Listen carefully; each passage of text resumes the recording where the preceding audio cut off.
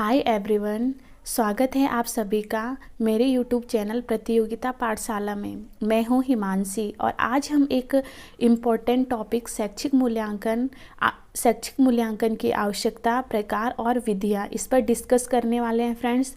तो इस वीडियो में हम लगभग 20 MCQ लेकर के आए हैं जो आपके एग्ज़ाम के लिए बहुत ही इम्पोर्टेंट साबित होंगे। तो वीडियो को पूरा देखें फ्रेंड्स और समझें ताकि आपका यह टॉपिक अच्छे से कवर हो सके। तो फ्रेंड्स आज की वीडियो बिना देर किए शुरू करते हैं। पहला क्वेश्चन है फ्रेंड्स आपका, शैक्षिक मूल्यांकन का उद्देश्य क्या है? तो ऑप्शन देख लेते हैं। फर्स्ट ऑप्शन है छात्रों को दंडित करना, छात्रों के प्रदर्शन का आकलन करना, पाठ्यक्रम को पूरा करना और शिक्षकों का प्रदर्शन जांचना। तो इसका करेक्ट आंसर होगा कि देखिए शैक्षिक मूल्यांकन का जो एम होता है फ्रेंड्स, वहाँ बच्चों को सीखने और उनकी जो समझ होती है उसका आकलन करना होता है ताकि उनके कमज़ोर और जो मजबूत क्षेत्र हैं उनका पता चल सके। ठीक है, तो इसका करेक्ट आंसर होगा छात्रों के प्रदर्शन का आकलन करना। क्वेश्चन नंबर 2 है फ्रेंड्स कि शैक्षिक मूल्यांकन की पहली आवश्यकता क्या है? पाठ्यक्रम को आसान बनाना, छात्रों की क्षमताओं को जानना, छात्रों को डराना या पाठ्यक्रम का चयन करना। तो देखिए शैक्षिक मूल्यांकन का जो प्राइमरी उद्देश्य होता है फ्रेंड्स, ये जानना होता है कि स्टूडेंट कितनी इफ़ेक्टिव तरीके से सीख रहे हैं और वो किन क्षेत्रों में सुधार कर सकते हैं। एक्चुअली यही इसकी प्राइमरी इसका उद्देश्य होता है। ठीक है, तो इसका करेक्ट आंसर होगा छात्रों की क्षमताओं को जानना, यह इसकी पहली आवश्यकता होती है। नेक्स्ट क्वेश्चन है शैक्षिक मूल्यांकन कितने प्रकार का होता है? मेन ऑप्शन में देख लेते हैं 2, 3, 4 या 5। देखिए शैक्षिक मूल्यांकन के जो मुख्य प्रकार होते हैं फ्रेंड्स, 3 प्रकार होते हैं। एक प्रारंभिक मूल्यांकन जिसे हम डायग्नोस्टिक कहते हैं, दूसरा है निरंतर मूल्यांकन जिसे हम फॉर्मेटिव कहते हैं, और तीसरा मूल्यांकन होता है समापन मूल्यांकन जिसे समेटिव असेसमेंट कहा जाता है एक हिसाब से। ठीक है, तो इसका करेक्ट आंसर होगा शैक्षिक मूल्यांकन 3 प्रकार के होते हैं। अब क्वेश्चन नेक्स्ट है कि प्रारंभिक मूल्यांकन जिसे हम डायग्नोस्टिक एवेल्यूशन कहते हैं, इसका मेन उद्देश्य क्या है? ऑप्शन देख लेते हैं। छात्रों की कमजोरियों का पता लगाना, छात्रों को प्रोत्साहन करना, या फिर पाठ्यक्रम को संशोधित करना, या टीचर्स का आकलन करना। तो देखिए डायग्नोस्टिक इवैल्यूएशन का जो मेन एम होता है फ्रेंड्स, वो स्टूडेंट की जो कमजोरियां हैं, वीकनेस जो है, उस पर पता लगाना होता है। ठीक है, प्रारंभिक मूल्यांकन का उद्देश्य छात्रों की कमी और उनके समझ के स्तर को पहचानना होता है ताकि वह उन पर ध्यान केंद्रित किया जा सके। तो इसका करेक्ट आंसर होगा छात्रों की कमजोरियों का पता लगाना।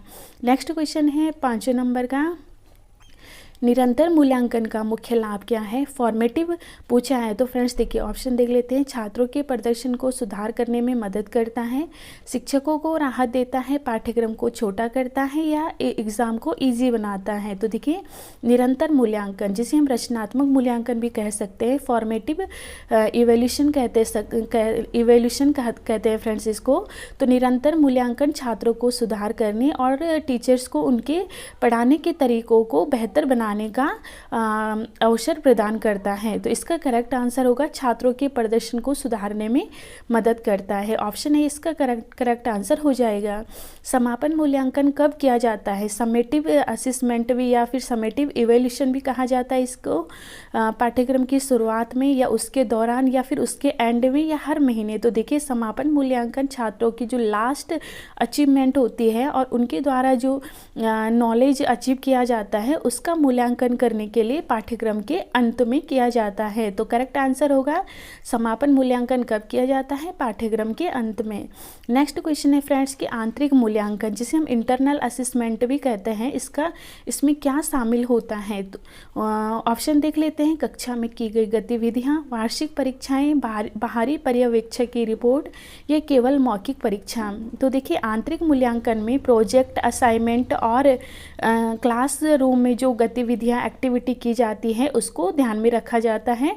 तो हमारा करेक्ट आंसर होगा फ्रेंड्स कक्षा में की गई गतिविधियां। ठीक है, नेक्स्ट क्वेश्चन है, कौन सी विधि मूल्यांकन में सबसे ज़्यादा उपयुक्त है? मौखिक परीक्षा, लिखित परीक्षा, या फिर दोनों का कॉम्बिनेशन, या केवल कक्षा में प्रेजेंस होना। ठीक है, तो देखिए कौन सी विधि मूल्यांकन में सबसे उपयुक्त है ये पूछा है, तो इसका करेक्ट आंसर होगा फ्रेंड्स, देखिए मौखिक और लिखित जो होता है ना, ओरल और रिटन दोनों प्रकार के जो मूल्यांकन होते हैं, इनसे स्टूडेंट की संपूर्ण जो क्षमताएं होती हैं उसका असेसमेंट किया जा सकता है। तो इसका करेक्ट आंसर होगा फ्रेंड्स दोनों का कॉम्बिनेशन, दोनों का समन्वय, सी ऑप्शन इज करेक्ट। ठीक है, नेक्स्ट क्वेश्चन है, उद्देश्य आधारित मूल्यांकन या ऑब्जेक्टिव बेस्ड इवैल्यूएशन का उद्देश्य क्या है? छात्रों को अंक देना, विशेष लक्ष्यों को प्राप्त करना, विषय की कठिनाई बढ़ाना, केवल परीक्षा लेना। तो देखिए फ्रेंड्स, इसका करेक्ट आंसर हो जाएगा उद्देश्य आधारित मूल्यांकन का उद्देश्य विशेष लक्ष्यों को प्राप्त करना होता है, क्योंकि ये मूल्यांकन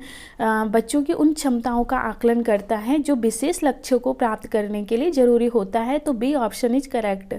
नेक्स्ट क्वेश्चन है क्वेश्चन नंबर 10, मूल्यांकन का सबसे बड़ा लाभ क्या है? छात्रों का डर बढ़ाना, या शिक्षक की आलोचना करना, या छात्रों की प्रगति को मापना, या पाठ्यक्रम समाप्त करना। तो मूल्यांकन का सबसे बड़ा लाभ है कि यह छात्रों की प्रगति और उनके सीखने की क्षमता को मापने में मदद करता है। ठीक है, तो ऑप्शन सी इसका करेक्ट हो जाएगा। नेक्स्ट क्वेश्चन है फ्रेंड्स कि मूल्यांकन में फीडबैक यानी प्रतिक्रिया का क्या महत्व होता है? छात्रों को हतोत्साहित करना। फ्रेंड्स यहाँ पे ऑप्शन में हतोत्साहित लिखा है, ना कि उत्साहित। ठीक है, ध्यान देना है ऑप्शन को।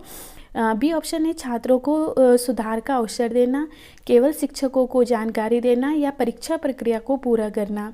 तो मूल्यांकन में जो फीडबैक होता है उसका मेन एम छात्रों को उनकी गलतियों को समझने और उन्हें सुधारने का मौका देना होता है। ठीक है, और ये बच्चों के प्रदर्शन को बेहतर बनाने में भी हेल्पफुल होता है। तो मूल्यांकन में फीडबैक का मतलब होता है फ्रेंड्स, ऑप्शन भी इसका करेक्ट हो जाएगा, छात्रों को सुधार का अवसर देना। नेक्स्ट क्वेश्चन है, मूल्यांकन प्रक्रिया में कौन सी विधि छात्रों की रचनात्मक कौशल को मापने में सहायक होती है? प्रोजेक्ट वर्क, लिखित परीक्षा, मौखिक परीक्षा, ग्रेडिंग सिस्टम। तो प्रोजेक्ट वर्क छात्रों की रचनात्मक और विश्लेषणात्मक कौशल को मापने के लिए सबसे उपयुक्त होता है। इसमें छात्रों को सृजनात्मक तरीके से समस्या का समाधान प्रस्तुत करना होता है। ठीक है, तो प्रोजेक्ट वर्क जो है फ्रेंड्स इसका करेक्ट आंसर हो जाएगा। क्वेश्चन नंबर 13 है, ग्रेडिंग सिस्टम का मुख्य लाभ क्या है? छात्रों के बीच कंपटीशन को बढ़ाना, या छात्रों के प्रदर्शन का समग्र आकलन करना, या छात्रों का आत्मविश्वास कम करना, या परीक्षा प्रणाली को कठिन यानी जटिल बनाना। तो देखिए ग्रेडिंग सिस्टम जो होता है वह छात्रों की क्षमताओं को रैंकिंग के बजाय समग्र रूप से मापता है, इससे छात्रों पर दबाव कम होता है फ्रेंड्स। तो इसका करेक्ट आंसर हो जाएगा छात्रों के प्रदर्शन का समग्र आकलन करना।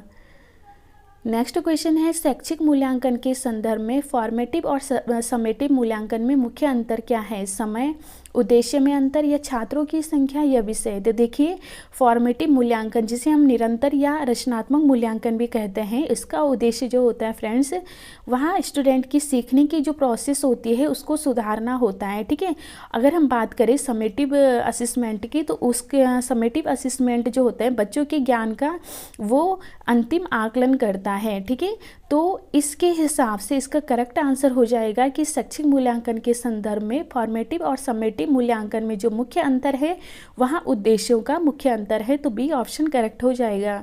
कौन सी विधि मूल्यांकन को विश्वसनीय बनाती है? नियमित परीक्षण, बाहरी परीक्षकों का उपयोग, छात्रों का साक्षात्कार, या सभी विधियों का समन्वय। तो देखिए मूल्यांकन को जो विश्वसनीय बनाती है वहाँ है सभी विधियों का समन्वय। विश्वसनीय मूल्यांकन के लिए कई प्रकार की विधियों का उपयोग करना आवश्यक होता है, जैसे कि परीक्षण, साक्षात्कार और कक्षा मतलब क्लासरूम की एक्टिविटी जो होती है, इन सभी का उपयोग करना जरूरी हो जाता है। तो मूल्यांकन को विश्वसनीय बनाती है लगभग सभी विधियों का कॉम्बिनेशन। ठीक है, तो डी ऑप्शन इसका करेक्ट हो जाएगा। क्वेश्चन नंबर 16 है फ्रेंड्स, कौन सा मूल्यांकन छात्रों के आत्म मूल्यांकन यानी कि सेल्फ असेसमेंट को बढ़ावा देता है? समूह चर्चा यानी ग्रुप डिस्कशन, लिखित परीक्षा, पोर्टफोलियो मूल्यांकन, या मौखिक परीक्षा। तो देखिए पोर्टफोलियो मूल्यांकन छात्रों को अपने कार्यों की समीक्षा और मूल्यांकन करने का अवसर देता है, जिससे कि उसका आत्म मूल्यांकन यानी कि सेल्फ असेसमेंट बढ़ता है। ठीक है फ्रेंड्स, तो इसका करेक्ट आंसर क्या होगा? Portfolio assessment. नेक्स्ट क्वेश्चन है, किस प्रकार का मूल्यांकन छात्रों की व्यवहारिक और सामाजिक क्षमताओं को मापता है। प्रभावात्मक मूल्यांकन, संज्ञानात्मक मूल्यांकन, मनोवैज्ञानिक परीक्षण और व्यवहारिक मूल्यांकन। तो देखिए प्रभावात्मक मूल्यांकन यानी कि अफेक्टिव असेसमेंट जो होता है ना फ्रेंड्स, यहाँ बच्चों के दृष्टिकोण यानी कि उनके सोचने का नज़रिया बोल सकते हैं आप इसको, उनके मूल्यों, सामाजिक व्यवहारों को मापने के लिए इसका यूज किया जाता है। तो अफेक्टिव असेसमेंट इसका करेक्ट आंसर हो जाएगा।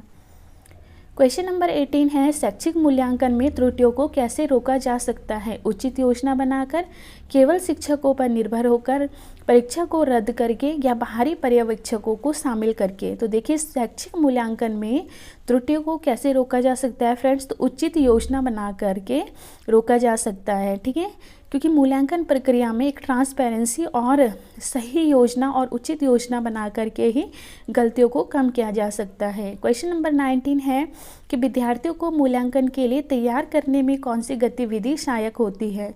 तो देखिए ऑप्शन देख लेते हैं, मॉक टेस्ट, समूह गतिविधियाँ, खेल, केवल पढ़ाई।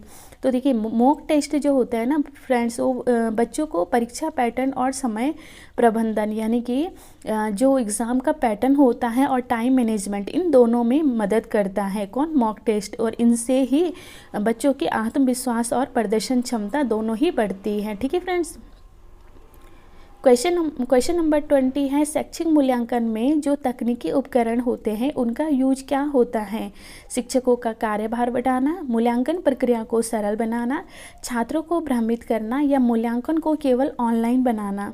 तो देखिए शैक्षिक मूल्यांकन में तकनीकी उपकरण जो होते हैं, जैसे कि हम बोल सकते हैं फ्रेंड्स कंप्यूटर, सॉफ्टवेयर, ये सभी क्या करते हैं? मूल्यांकन को ज़्यादा सटीक और समय कुशल बनाते हैं। तो शैक्षिक मूल्यांकन में जो तकनीकी उपकरण होते हैं इनका महत्व होता है मूल्यांकन प्रक्रिया को सरल बनाना। ठीक है, क्वेश्चन नंबर 20 ये लास्ट क्वेश्चन था फ्रेंड्स। ठीक है, तो फ्रेंड्स ये थे शैक्षिक मूल्यांकन, आवश्यकता, उसके प्रकार और विधियों पर 20 महत्वपूर्ण प्रश्न और उनके विस्तृत उत्तर। ठीक है फ्रेंड्स, मुझे उम्मीद है कि यह वीडियो आपकी परीक्षा की तैयारी में बहुत ही इंपॉर्टेंट साबित होगी। अगर आपको यह वीडियो पसंद आया हो तो इसे लाइक करें, अपने दोस्तों के साथ शेयर करें और चैनल प्रतियोगिता पाठशाला को सब्सक्राइब करना ना भूलें।